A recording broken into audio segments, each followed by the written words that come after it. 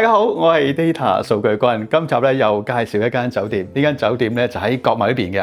佢呢間酒店咧就好勁啊，個名氣咧好大嘅，就係咧希爾頓花園酒店。呢間希爾頓酒店咧其實比較新啲嘅，以前應該係類似係友誼酒店嚟嘅。咁點解會發現呢間酒店咧？話說上次我哋拍呢個咧就係鐵板誘惑啦，就喺呢個大廈咧3樓。咁嗰陣時我已經上去拍㗎啦，不過嗰陣時啲價錢貴咗少少。咁最近咧佢平翻少少啦，咁所以就過嚟咧拍一拍。咁而家我就先講咧佢交通路線啦。呢個酒店我係喺國貿站啦，E出口出，一出嚟咧就向前行，行幾步已經見到咧希爾頓花園酒店㗎啦。我哋喺10月按摩店咧就喺對面，大家見到啦，佢路線係超級近嘅，即係其實地站行出嚟咧幾步就到㗎啦。佢位置咧就比我之前介紹嗰啲民宿啊酒店咧更加好啲嘅。咁而家我先講講呢個價錢先嚇。今次我住呢個就係大床客房啦，價錢咧就521蚊。咁呢個價嚟講應該係近期咧最低㗎啦。之前大概係570幾啊580幾咁樣嘅。咁唔知係咪因為佢入住率咧唔算好高啊？咁所以近期就減咗啲價。咁另外講一講咧佢地點啊，其實佢地點咧就好近好方便嘅。不過咧呢一邊咧就比較少人行啲。咁其實咧我哋都經常經過呢邊嘅，都唔係話咁覺眼有呢間新嘅酒店。我哋順便講一講啦。呢個客房咧，如果係包2個早餐咧，價錢咧就貴唔少喎，係658蚊，即係貴咗137蚊。即係2個人嚟講咧，就差唔多每人70蚊。咁我知佢早餐相對係比較豐富啲，但係70蚊嘅早餐的確係比較貴嘅。咁仲有一點咧，我覺得係要講一講就係咧，我見佢美團係寫住咧就係3點後入住，跟住咧12點鐘咧就離開嘛。咁我專登問過前台啦，佢哋就話咧其實咧就係2點入住嘅。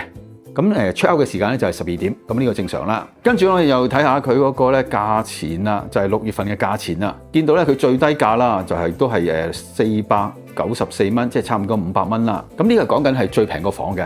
咁最貴都係559，即係佢價錢咧其實就相對咧就係好穩定嘅，變化唔大嘅。不過唔知暑假嘅時候咧佢會唔會加價啦？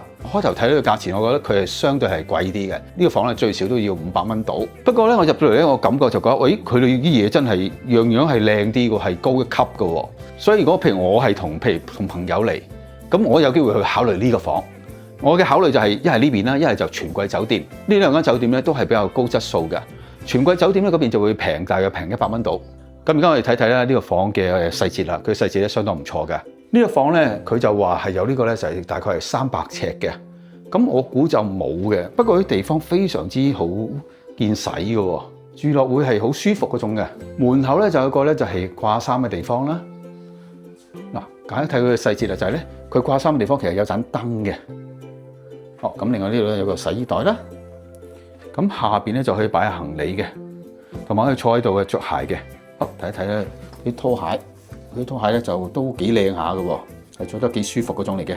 咁另外啲衣架咧有呢個位置，呢個位置唔知係咪我哋擺眼鏡？如果咧有網友知道咧，麻煩咧同我哋解釋下。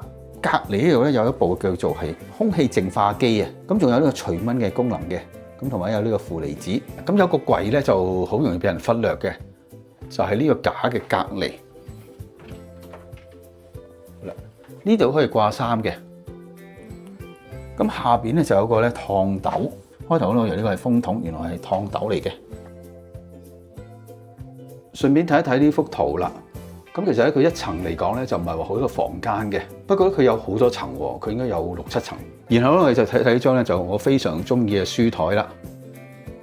佢呢度上邊咧有盞燈嘅，咁可以轉做白燈啊、黃燈。下邊咧就有個係即係插蘇啦。除咗插頭之外咧，佢仲有啲係呢個係 USB 位啦，同埋咧 Type C 位。咁我而家充緊電，因為佢衝出嚟嗰個咧係快充嚟嘅。果然用啲料係比較靚啲。好多酒店其實都唔係快充嚟嘅。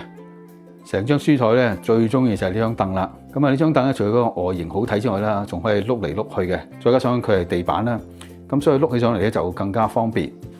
嗱，呢張台咧原來好勁嘅，係一張升降台嚟嘅。好，哇，反應好快。我真係未住過一間酒店房有升降台。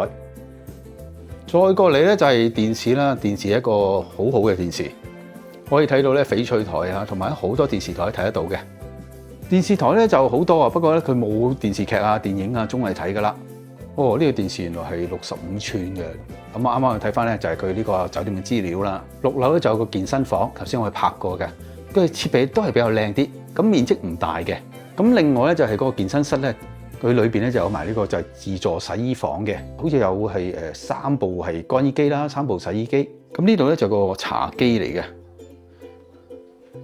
水咧就有2支啦，跟住呢個就係熱水煲啦。佢其實下邊咧就係一啲茶包，咁仲有呢個咖啡啦。再落嚟咧就係個雪櫃。其實咧深圳酒店咧唔係話咁多有雪櫃嘅。哇！呢個雪櫃咧就比較細啦，同埋比較輕嘅。啊，最可惜裏邊就冇汽水嘅，我有少少失望啊！呢個房間個窗咧係相對比較大嘅。咁另外呢個窗簾咧就有部分咧係自動，有部分咧要人手嘅。哇！死啦大佬喂，直頭望到去隔離嘅感覺非常之壓迫。呢部分窗簾咧就可以咧自動控制嘅。咁我而家就先閂咗呢個窗簾先。跟住大家會睇到咧，呢個房間咧其實咧相對咧都幾光下嘅，光線係幾柔和嘅，果然係5星級酒店。咁而呢張床咧就係1.8米嘅雙人床，喺床邊咧就有啲電筒嘅。呢度有盞燈先，下邊咧就有電筒啦。呢個，仲有嗰啲就係無線充電。床隔離咧就有張梳化。張梳化係坐得好舒服嘅喎，所以度咧玩手機就幾好，睇書咧就個光就爭少少，冷氣咧就好涼啦，同埋涼得好快。咁仲有呢個房間係唔需要插卡嘅。咁佢呢邊咧就係梳洗嘅空間啦。呢度咧就有塊大鏡，全身鏡。洗手盆咧就喺外邊啦。呢種做法咧，我覺得係比較好同埋比較方便嘅。佢2款鏡咧都有個燈嘅，有個補光燈嘅。跟住咧有洗手液啦，同埋護膚露。個牌子咧好似幾靚下。仲有呢個皮膚護理嘅，然之後咧就有啲係梳洗用品啦，都係嗰啲啦嚇，牙膏牙刷嗰種啦嚇。風筒咧就咁樣樣，咁啊而家試下佢嘅熱水啦。哇，好快有，好難得啊，真係好難得，因為好多間酒店嘅熱水咧都係好慢嘅。浴室咧同埋廁所就分開兩邊嘅，呢個設計就非常之好。廁所空間咧就好大嘅，咁另外我中意呢度咧就係有個地方可以擺下平板電腦啊，擺下手機。咁至於個馬桶咧就好新啦，但係就唔係智能嘅。隔離咧就係浴室啦。咁浴室空間咧都好好。嗱，大家唔知留唔留意到啦？佢呢度有個係手柄，咁對於老人家嚟講係非常之好嘅。除咗一個咧普通花灑之外咧，佢仲有一個咧就係叫做咧熱帶雨林花灑。咁另外佢有個指引咧就教大家點樣用呢個花灑嘅。咁而呢個咧就上面咧就寫住啲溫度嘅。酒店嘅細節咧真係好豐富。咁再嚟咧就係3樽咧就係咧。沐浴露啦、護髮素啦，同埋洗頭水，咁啊3樽嘅顏色一樣咧，呢個就爭少少喎。好耐都未試過介紹一間酒店房介紹咁耐，因為呢間酒店房嘅細節係做得相當之好，好值得講一講嘅。頭先我有講啦，開頭我覺得500零蚊好似貴咗少少啦，咁但係咧我入到嚟住咧就發覺其實500零蚊真係1分錢1分貨，係值得俾嘅。